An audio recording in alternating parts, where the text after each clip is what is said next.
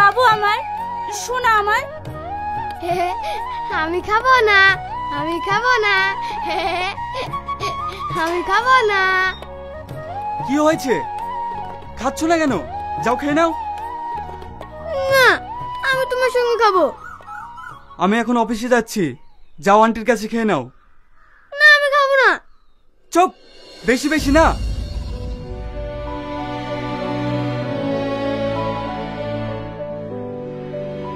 বোকা খেলে তো, নাও খেয়ে নাও। না, আমি খাবো না। রাজু, রাজু,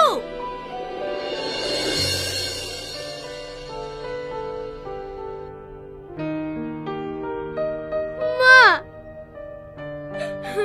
কি হয়েছে? দেখো না বৌদি, সকাল থেকে কিচ্ছু খাচ্ছে না। যাও খেয়ে নাও। না, আমি খাবো না, আমি তোমার সঙ্গে খাবো। আমি এখন অফিসে যাব, তুমি তোমার আন্টির কাছে খেয়ে নাও। না, আমি আন্টির সাথে খাবো না, আমি তোমার সাথে খাবো। সবার মা ভালো, সবাইকে খাইয়ে দেয়, শুধু তুমি আমাকে খাইয়ে দাও না। কি? যাও তোমার আন্টির কাছে খেয়ে নাও। আর তুইও হয়েছিস তেমন, একটা বাচ্চাকে সামলাতে পারিস না।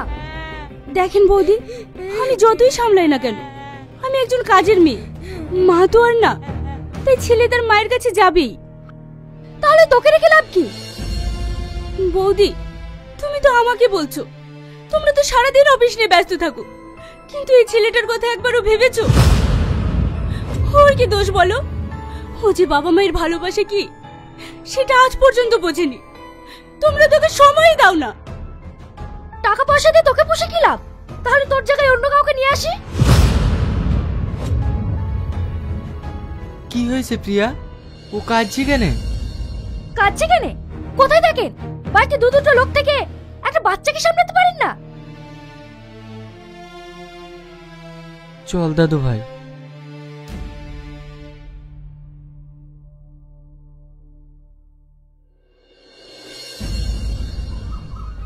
তুই কেন খালি খালি বকা খাস বলতো? আমার বাবা মা কেউ ভালো না, আমাকে কেউ ভালোবাসে না। গুরুজন সম্পর্কে এমন কথা বলতে হয় না শোনা, ওরা তো সবসময় ব্যস্ত থাকে। তোর কোনো কিছু দরকার হলে তুই আমাকে বলবি, আমি আছি তো। দাদু, এইটা কি? এটা সবজি। এটা কি হয়? এটা রান্না করে খেতে হয়। ও দাদু, এইগুলো কি নিয়ে যাচ্ছে? এগুলো ঠিলি। এই নিয়ে আপনারা কি করেন? এগুলো আমরা খেজুর গাছে টাঙাবো। ও, তোমার নাতি তো ভীষণ পাকা। হ্যাঁ, ওর প্রশ্নের শেষ নেই, সবকিছু জানতে চাই।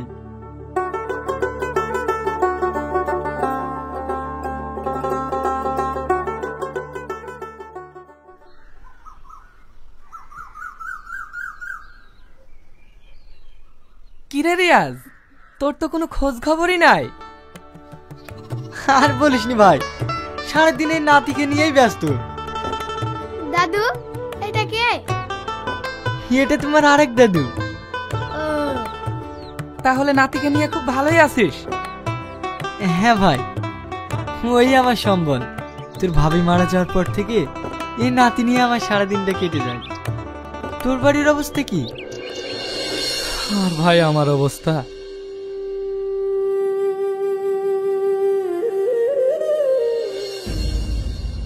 বৌদি, রাজুর হরলিক্স ফুরিয়ে গেছে, তুমি আসার সময় নিয়ে এসো। এসব আমাকে বলছিস কেন? তোর দাদাকে বল। দাদা ফোন তুলছে না। ওসব আমি পারবো না, রাখ ফোন। যত সব। টোটো,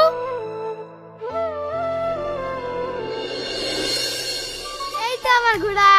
চল ঘোড়া চল, চল ঘোড়া চল, চল ঘোড়া চল। চাচা, দাদা বৌদি আবার ঝামেলা করছে। কি? আমি কাকে ফোন করি না করি সেই কৈফিয়ত তোমাকে দেব নাকি? অবশ্যই দিতে হবে, কারণ আমি তোমার স্বামী। ওরে আমার স্বামী রে।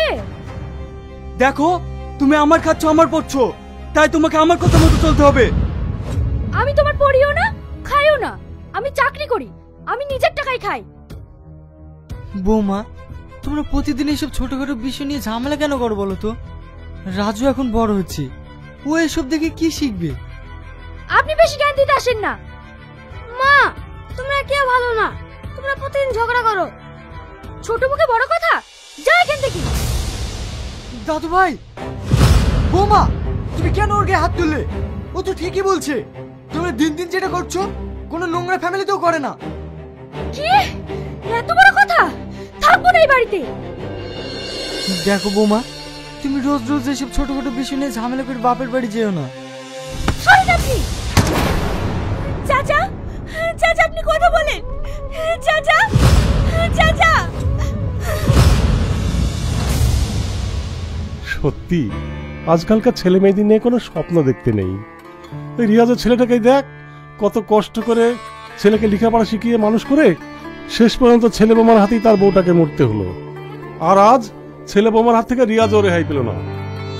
তুই ঠিকই বলেছিস, এই যুগে ছেলে বৌমার হাতের ভাত অনেক ভাগ্য করে পাওয়া যায়।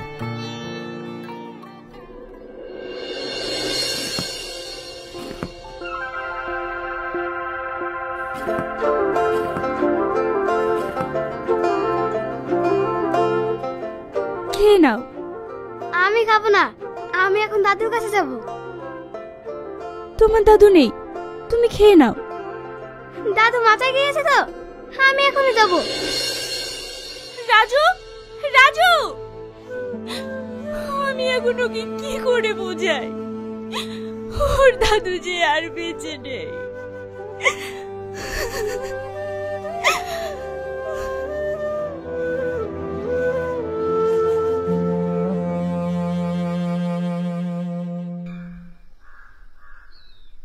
দাদু, আমার দাদু কোথায়? কি হলো দাদু, বলো না আমার দাদু কোথায়? তোমার দাদুকে দেখতে চাও? এসো।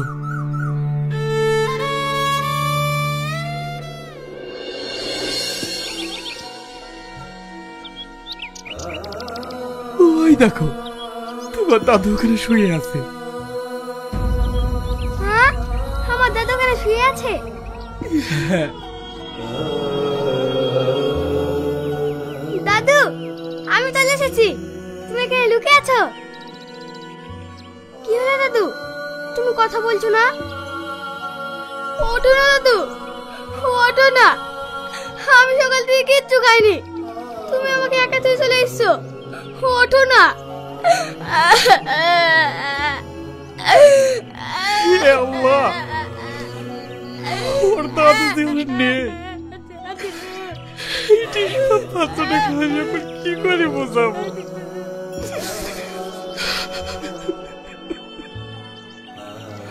ওঠো না দাদু, ওঠো না। তুমি জানো না আমি তোমাকে যা রাখতে পারিনি। ওঠো না দাদু, ওঠো। দাদু ওঠো। দাদু ওঠো তুমি। আমার আব্বু মা আমাকে ভালোবাসে না, এখন তুমি আমাকে ভালোবাসে না। ওঠো না দাদু, ওঠো না, ওঠো না।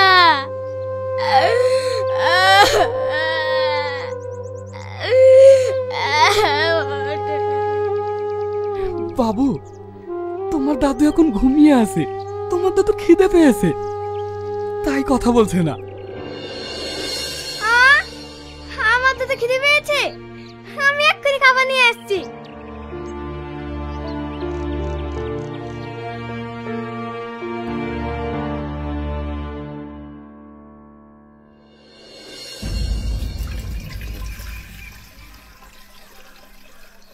রাজু, কোথায় যাচ্ছো? আমার তো খিদে পেয়েছে, দাদু খাবো বললো, তাই আমি খাবার নিতে এসেছি। রাজু, রাজু, ও আবার কোথায় গেল? এই ছেলেটাকে নিয়ে আর পারি না। দাদু, এই দেখো আমি তোমার জন্য খাবার নিয়ে চলে এসেছি, তুমি তাড়াতাড়ি ওঠো, আমি আর তুমি একসাথে খাবো।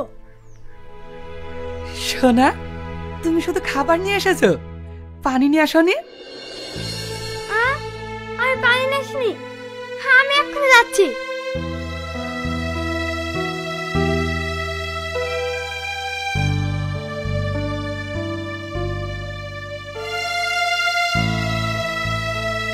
হে আল্লাহ, এছাড়া আর আমার কোনো উপায় নেই, তুমি আমাকে ক্ষমা করে দিও।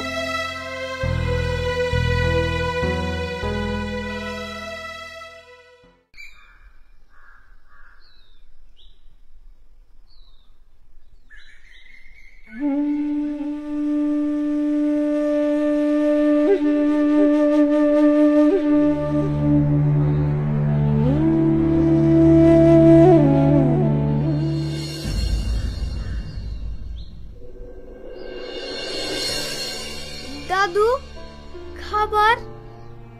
তোমার দাদু খেয়ে নিয়েছে।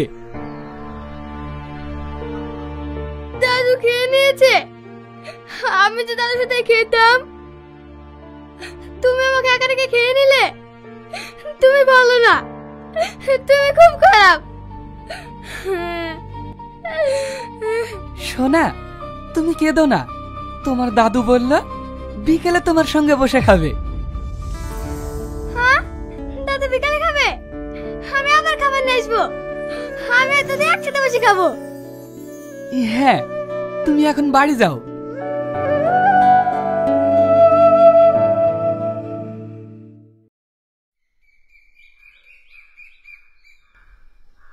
পিয়া, রাজু কোথায়? ও তো একটু আগে এখানেই ছিল। এ রমজান, রাজু তোর সঙ্গে খেলা করছিল না? হ্যাঁ, কিন্তু ও কই বাগানের দিকে যেতে দেখলাম। তার মানে ও আবারও চাচার কবরের কাছে গিয়েছে। কি?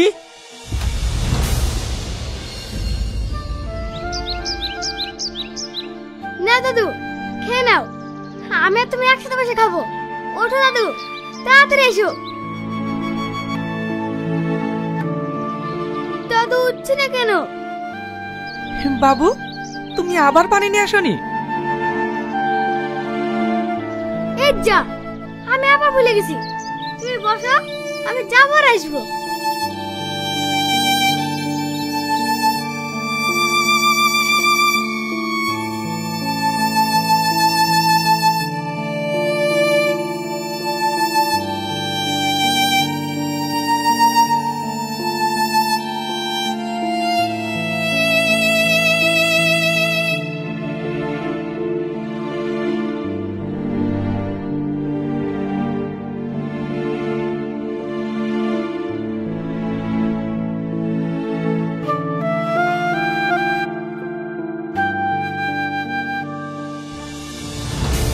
ছি, এতটা নোংরা মানুষ আপনি!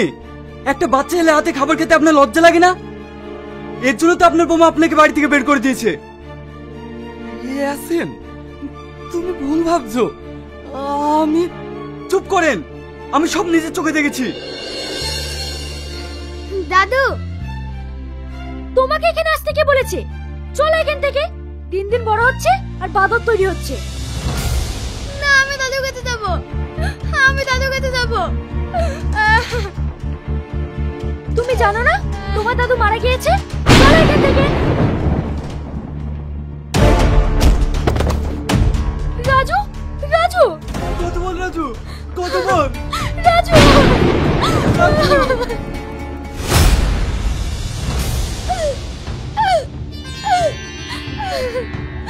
ডাক্তার বাবু, আমার ছেলে এরকম করছে কেন?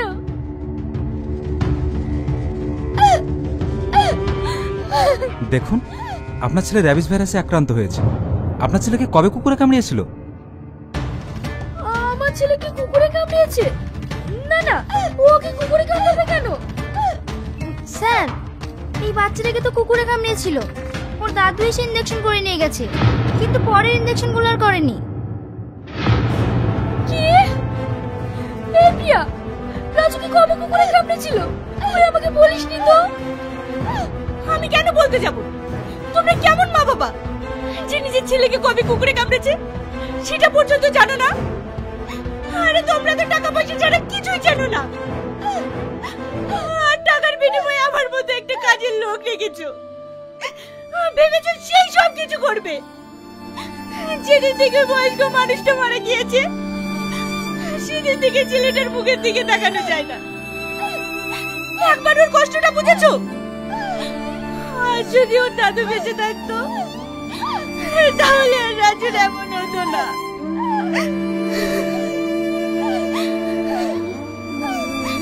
সন্তানের খেয়াল যেহেতু তোমরা রাখতেই পারবে না, তোমাদের সন্তান নিতে কে বলে? তোমাদের যতই টাকা পয়সা থাকুক না কেন, তোমরা ভুলে গিয়েছো কখনো বাবার ভালোবাসা, মায়ের স্নেহ টাকার বিনিময়ে পাওয়া যায় না।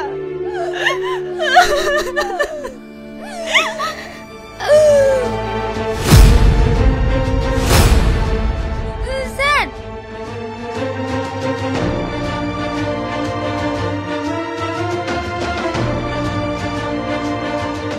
Sorry, he is dead.